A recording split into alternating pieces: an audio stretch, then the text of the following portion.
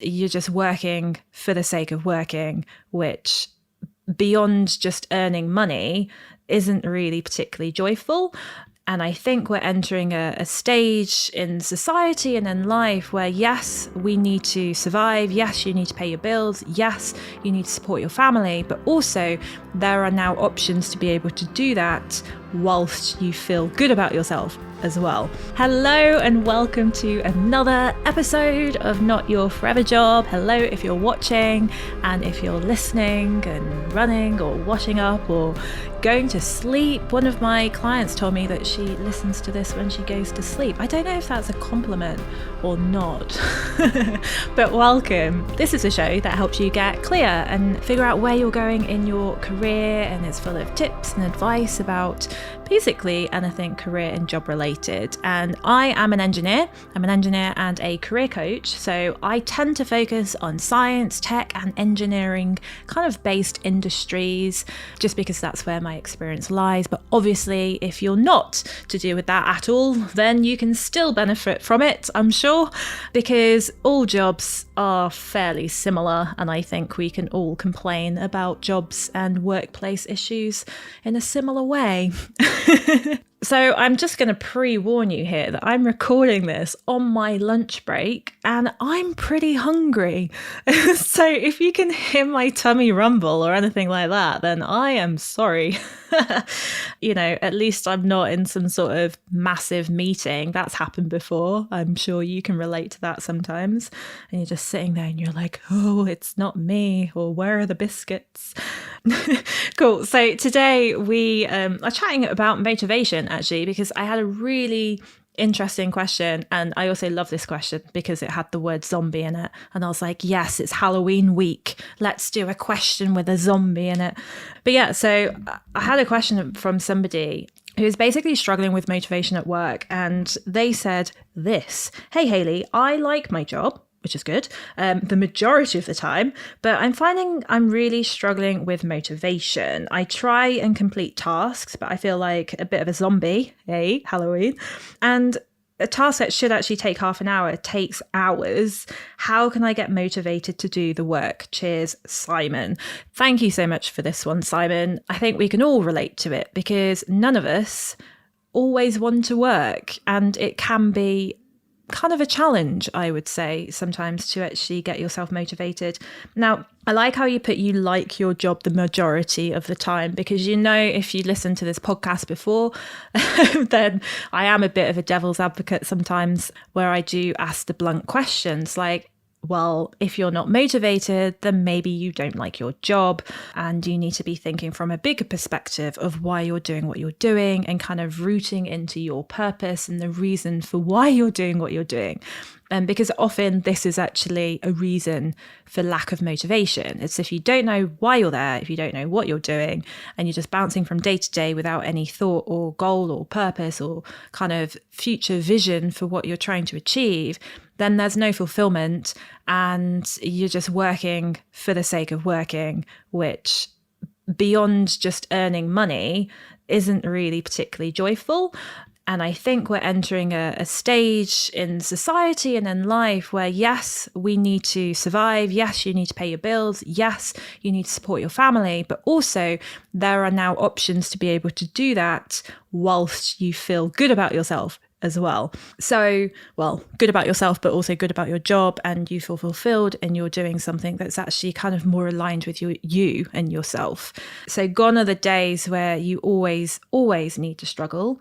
Sometimes you can make choices to make yourself feel a bit happier. And when you feel happier, that leads to motivation. So it is all linked together. But I do understand from your question that you have made it perfectly clear that you do like your job the majority of the time. And even when you do like your job, you can still struggle with motivation. I find this, you know, sometimes half of the time I'm working on something that I absolutely adore, like doing this podcast and helping people. And I do consulting for an offshore wind farm and trying to build an offshore wind farm, which I find really, really exciting. But there are still days when, you know, I'm at my desk and I'm like, oh, I'm really struggling with this today. I think it's only human. So there are definitely tools and techniques that you can implement to try and actually kind of get that motivation sorted. Okay, so the first thing that I'm going to bring up is because you've basically said that you feel like a zombie, which is kind of makes me imagine you're feeling like low or a little bit tired and exhausted. And it might be because you've had a change in your lifestyle. Maybe you're a new dad or anything like that. I mean, that's going to tire you out pretty much, isn't it? But if you feel like a zombie, or if you feel low, or if you feel like you're lacking in energy, then I will always start with a question of, well, what's your morning routine like? Because if you are jumping in the shower and then checking email straight away, or you're going straight onto social media, or you're on your phone looking at videos on your mobile phone or anything like that, then it's not the best boost to your day. And I am a massive, massive advocate of starting your day in the right way to give you the energy to carry through. Because if you start your day right, then it's gonna, help you for the rest of the day to stay motivated. So in terms of your morning routine, it doesn't need to be fancy. It doesn't need to be this long hour where you kind of spend the whole time visualizing your future and meditating and doing mantras, which I do sometimes. It doesn't need to be that. If that's not your bag, if that's not your thing, you can do a routine in 5 minutes even. It can be really simple. I mean, I've started having cold showers now in the morning, and I find it brilliant to wake you up and give you a bit of adrenaline and a bit of a boost straight away. And then you can, get moving, do maybe 2 minutes of HIIT or stretches or something just to get your body moving. And instead of going on your phone straight away, is there a book that you want to read whilst you're reading your coffee? Is there something that you can do that's more for you, self-improvement, or get out for a walk or do something that isn't just looking at your emails? My tummy is going absolutely crazy and I have no idea if you can hear this at all. Again, sorry if you can. So that's the first one, is really have a think about your morning routine and try to basically experiment and do different things to try and improve it. Because if you can start the day right, then it is going to help you. Okay, next up, what have we got? So if you start your day right, you've started your day, you've got energy, right? Then my next tip is to do the hardest task first. So very often when I talk to people who are lacking in motivation or they feel a bit rubbish, they tend to say that they start their day checking emails. And what that does is it instantly gets you into a reactive space, as in you are reacting to what other people are bringing you. So that can mean that your whole entire day has gone sideways because you're reacting to one email that you got. Instead, what I recommend is the day before, identifying the hardest thing or the most important thing on your list to do. And then when you open up your laptop first thing in the morning, you spend an hour doing that hard task. You don't look at emails, you don't do anything else, you look at that one hard task.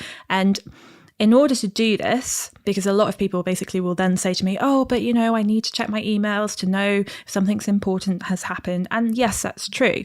I do agree with that. So either you need to be really, really kind of vigilant, I guess, in just do a quick skim through and make sure that if there is something, then you're only looking at the urgent thing. But usually when something's very urgent, people will contact you through a different way. So whether it's through Messenger or they'll give you a call or anything else, usually it's not an email that comes through. Usually an email you can get back to somebody within 24 hours and it's completely okay. So do the hard task first. Do the thing that you don't want to do first, because that really will set you up for the rest of the day. Because once you've done that, you're going to feel good about yourself. You're going to be like, hey, I've had a productive morning. And don't you just love it when you kind of say to somebody, I've had a really productive morning? It feels good when you get stuff done. So get the stuff done. Just do it.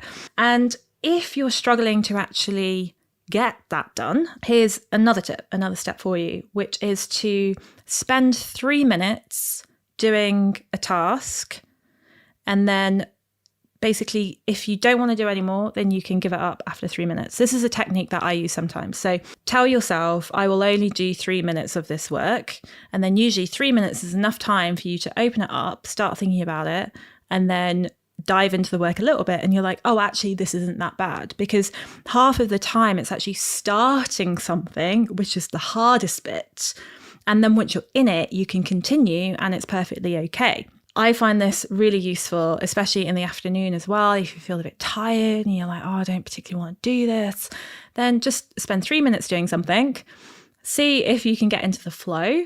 If you do get into the flow, then roll with it and just go with it. If you can't get into the flow, then you can do the next tip, which is to implement more breaks into your day. So often in workplaces, if you're in kind of like a normal job where it's 9 till 5 or 8 till 5 or something like that, then there's this expectation or this feeling that you need to be at your desk all the time. And especially if you've got back-to-back Zoom calls and things like that, then it can be really difficult. But I always recommend adding in blocks, like breaks within your schedule so that you can have more breaks, because you can't be productive all day and you're just going to use up all of your productive power first thing in the morning, and then you're going to have nothing left by the afternoon.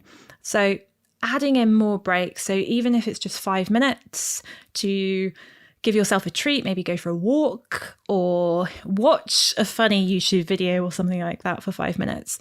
Basically allow yourself some procrastination time, but that procrastination time is a treat for doing the work. So you can say to yourself, okay, I will do 15 minutes of this task that I don't want to do, and then I'm going to have a break for 5 minutes, and then I'm going to do another 15 minutes, and then I'm going to have another 5-minute break. And this blocking and this separation of time can actually really work when you're having a very difficult day and you're really unmotivated. And this is a technique sometimes that I use for writing. I don't know, if I'm trying to write a podcast episode or something like that, then I'll sit down for 5 minutes, do the brainstorm, have a 5-minute break, then I'll go back to it and I'll flesh out what I want to talk about a bit more, then I'll have another break. And soon enough, I find actually then I don't need another break because I'm in the flow and it's already 45 minutes later and I'm sorted and it's done. So there are ways you can kind of trick yourself into working in a way. Another tip that I suggest is setting a timer.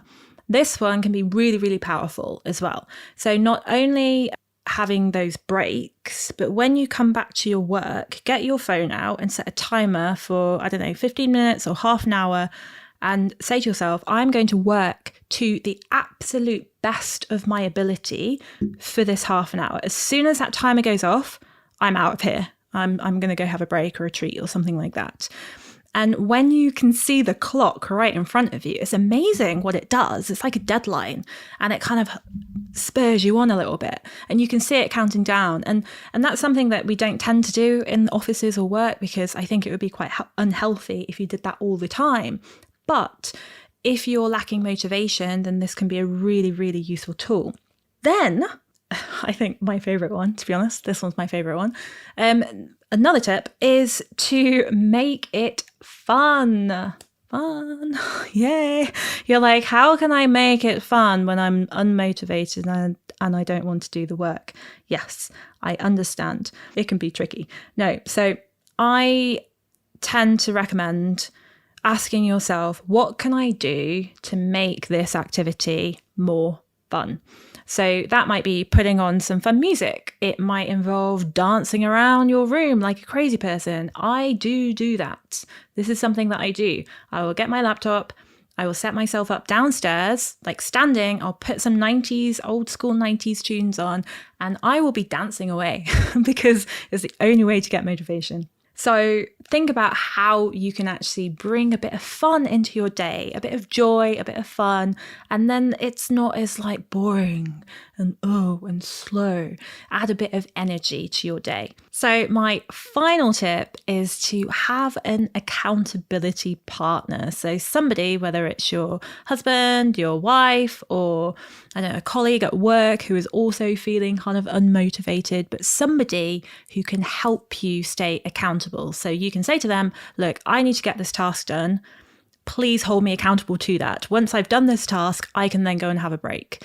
and you can help each other out in that way. And I find that quite valuable sometimes. Me and my husband and I do that on occasion when we're struggling, and it just really adds the boost, because sometimes being responsible, fully responsible yourself can be tricky. So giving that responsibility almost to somebody else, and somebody's telling you, no, do that, stay accountable, this is why you're doing it. Having that reminder can be really, really valuable.